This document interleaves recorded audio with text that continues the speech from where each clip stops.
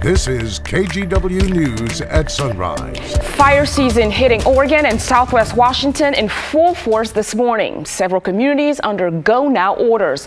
The next 12 hours will be crucial. Good morning, I'm Christelle Kumwe alongside meteorologist Chris McGinnis. Now here's a look at what we are tracking this morning.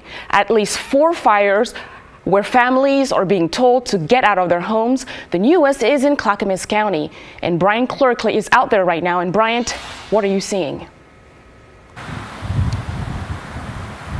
Hey, Christelle, well, we're right next to a roadblock at Springwater and Stormer Roads. This is right next to MacGyver State Park, or Milo MacGyver State Park. It's a couple miles down the road, and we can't get there because of that fire. The wind is still blowing out here, but we don't smell or see any smoke about now. So we want to get right to this evacuation map. Take a look at what's in red. That's the level 3 go now evacuation zone. That includes Feldheimer to Hayden Road, East Side to Roadway, and Springwater to Clackamas River. And if you live in the yellow area, you should be ready to leave with notice. And that area in green right next to Oregon City is under a level 1 notice. This is video we got overnight. You can see big flames off in the distance. And right now we don't have any acreage on this fire, any containment information. We've reached out to the Clackamas County Sheriff's Office and Clackamas Fire for an update. One man who lives in the area say he's hoping this fire season isn't as bad as 2020. I mean, earlier the whole sky was orange, you know, and it was like, yeah, back in 2020. But the fire actually was at our house then, so it's scary. This is a developing story. We're going to keep following the information, and for the latest information, you can go to our website, kgw.com. Christelle. Thanks, Bryant. Down south of Salem, the Vita Springs fire has forced people out of their homes. Sheriff deputies say a grass fire sparked near Vita Spring Road South, and that triggered multiple evacuations. Now here's a look at the evacuation area. It hasn't changed since last night. People who live in the area in the red need to leave immediately.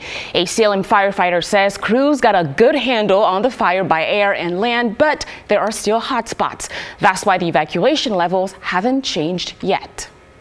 There is projected winds, high winds overnight as well, so there could be a potential for that fire to catch those winds and expand again and then create another hazard for people. So we don't want people going back into that zone and becoming basically put at risk again. Many in the evacuation zone own livestock. Volunteers responded, driving several trailers to Jetson Middle School awaiting horses in need of care. First responders say, fortunately, they were ready for all of this. Another wildfire burning is up in Southwest Washington. The Kalama fire is burning in the Gifford-Pinchot National Forest, southwest of Mount St. Ellen. The city of Kalama is not in danger right now, but homes in the red area you're seeing on the map now are under go now orders. That's anything from 7550 Road to the border of Cowlitz County and Lewis County.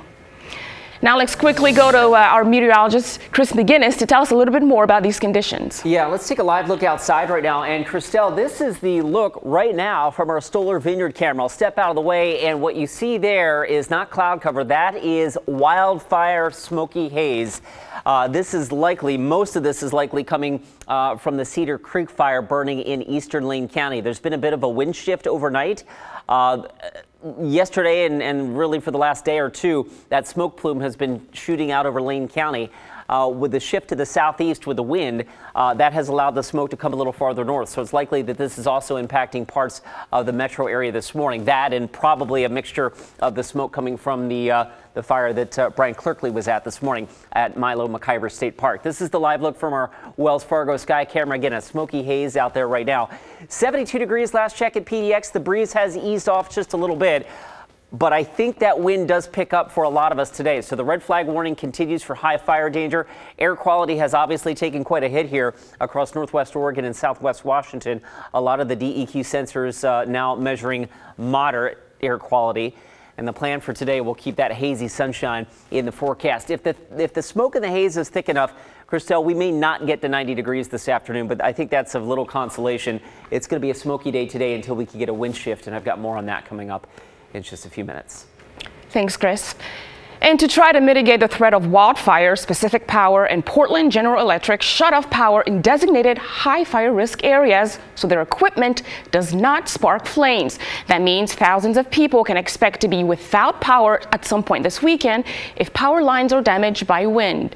This is a PGE's outage map. Pacific Power has a similar one as well. You can see these tools and look up if your neighborhood is affected on some of these spots. We'll have all that information on our website at KGW.com. Still ahead on Sunrise, a strike in Ridgefield. Teachers walk off the job demanding a new contract. The latest on negotiations between the teachers and the district.